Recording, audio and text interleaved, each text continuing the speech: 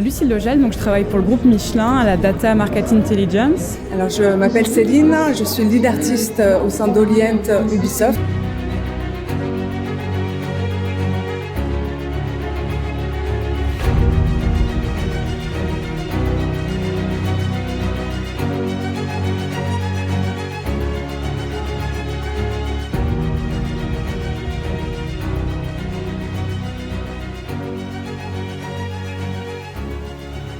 Et je travaille dans un stream qu'on appelle le Consumer Engagement, qui a 3 projets, dont le projet d'âme. Donc je supervise ce projet-là avec une équipe. Oui, alors déjà de revoir, parce qu'on est déjà équipé d'une solution, mais c'était un peu de revoir là tous les acteurs du marché, un peu voir ce qu'ils proposent comme innovation, pour nous aussi pouvoir un peu challenger sur notre projet notre éditeur. Aussi de rencontrer d'autres gens qui sont dans le même cas de figure, d'échanger sur nos problématiques. Je pense que maintenant on minimise un petit peu l'importance du DAM dans nos entreprises. C'est peut-être, on le prend vraiment dans la partie outils, alors que c'est bien plus que ça, c'est des process, du change management à gérer. Le programme de la journée reflète bien toutes ces problématiques-là. Merci Activo.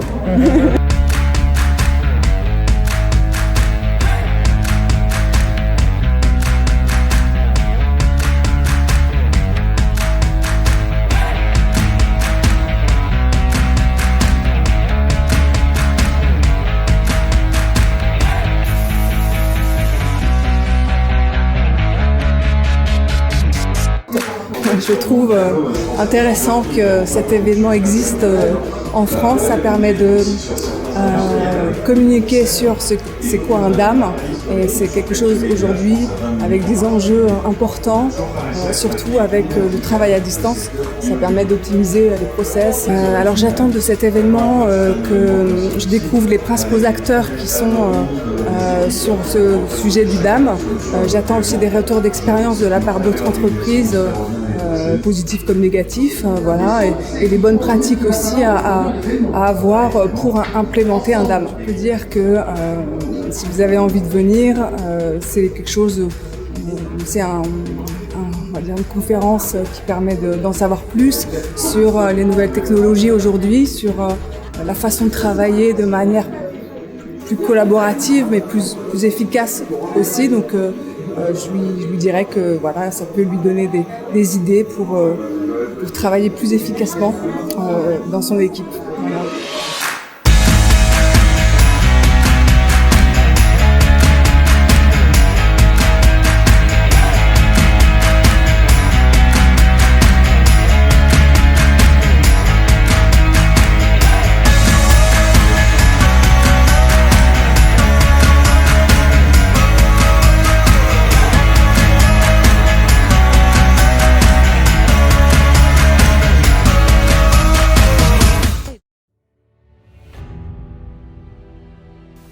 L'entreprise qui raconte la meilleure histoire gagne. C'est à nous de raconter une très très bonne histoire et je crois que le DAM est l'outil de choix pour le faire. Partager de vraiment où est-ce qu'on a envie de mettre le curseur, où est-ce que c'est utile de mettre le curseur. Parfois ça sert à rien de partir dans un projet si le curseur en fait est trop bas. Donc il faut savoir se le dire que innover pour innover en fait ça n'a pas beaucoup de sens. La crise liée au Covid que vous voyez en haut qui est encore plus imposante. Et finalement, cette crise, je l'ai subie, c'est pour ça que vous me voyez sur une planche de surf avec un masque, parce que j'ai tout simplement énormément appris de la première crise.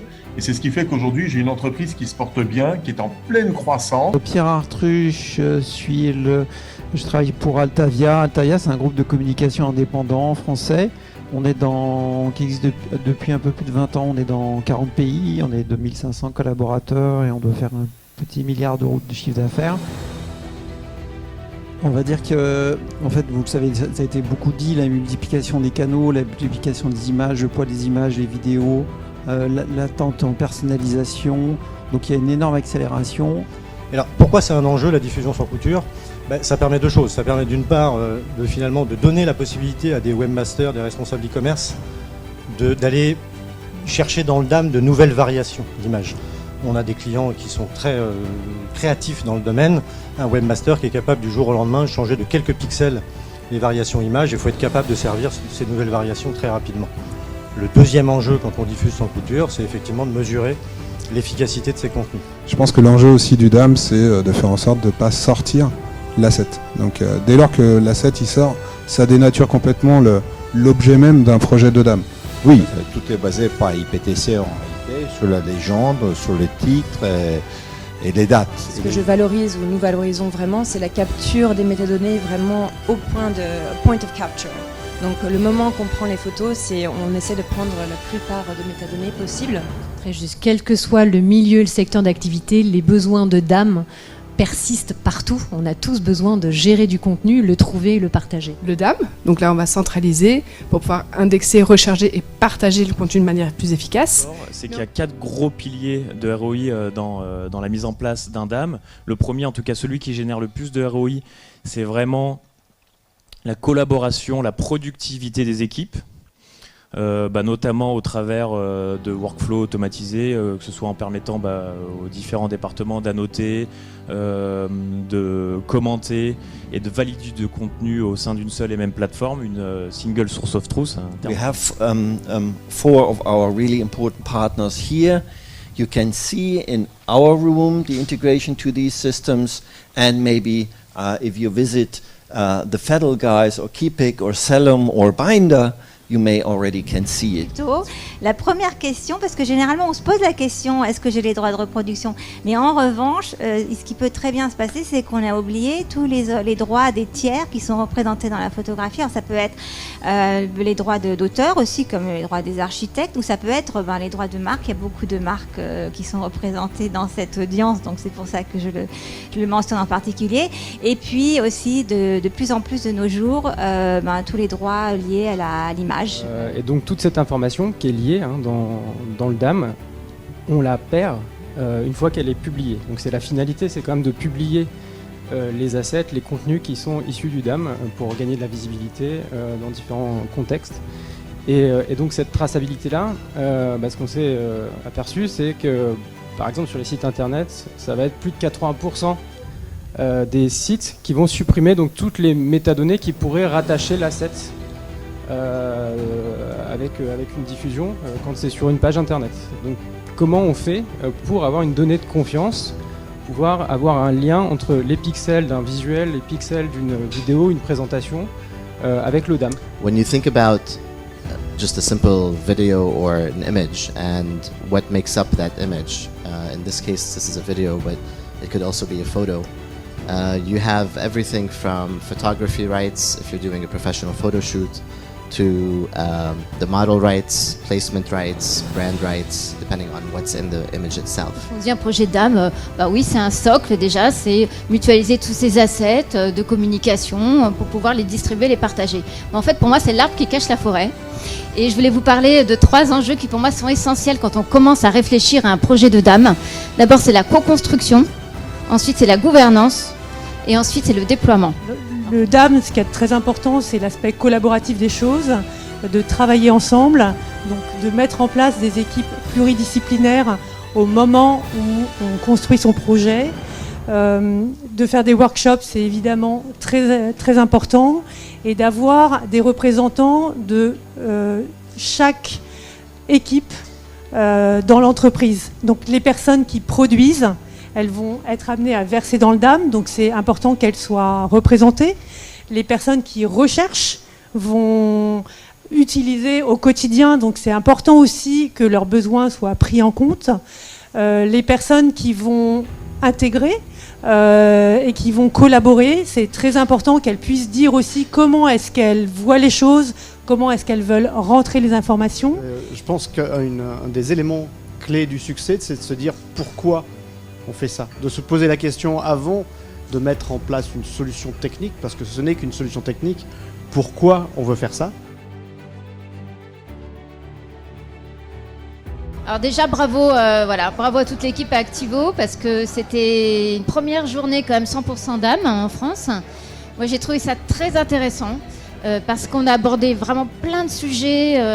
On a parlé de KPI, on a parlé de conduite du changement, on a parlé de solutions, on a parlé de droit, de traçabilité. Je trouve qu'on a couvert un spectre qui est quand même assez large. En tant que participante, j'ai trouvé fascinant de voir, de rencontrer toutes ces différentes solutions d'âme, j'imagine. Alors, Andam Paris 2021, je pense que c'est très intéressant parce que ça permet de rassembler une communauté.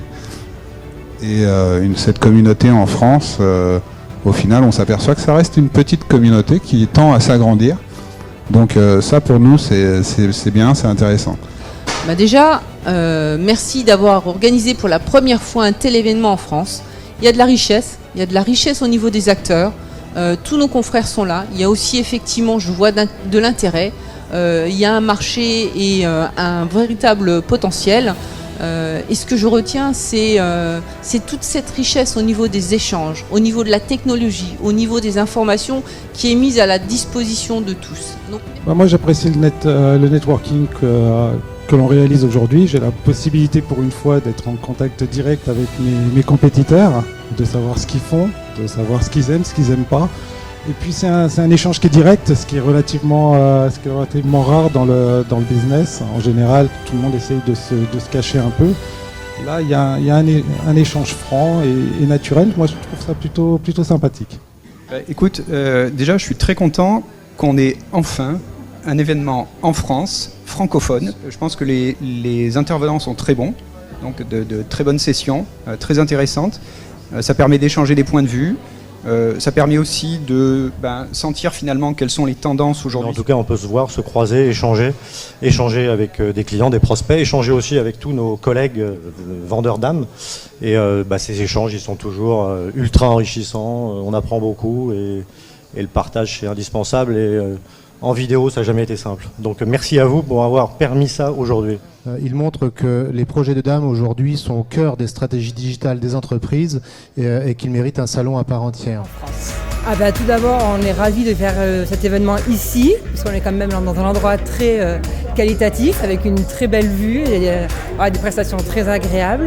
On était ici pour pouvoir d'une part rencontrer les acteurs du DAM en France aujourd'hui, que ce soit des concurrents, que ce soit des clients, des prospects. C'est chose faite, je pense. On a vu du beau monde sur ce salon et donc on peut dire qu'aujourd'hui les objectifs sont atteints et on remercie Activo d'avoir fait cet événement parce que enfin on peut se rencontrer et parler du DAM sur le marché français. Bien sûr, alors on espère revenir et puis on espère revenir même sur un événement d'envergure encore plus importante, j'ai envie de dire. Pourquoi pas dans un lieu encore plus grand avec davantage de participants.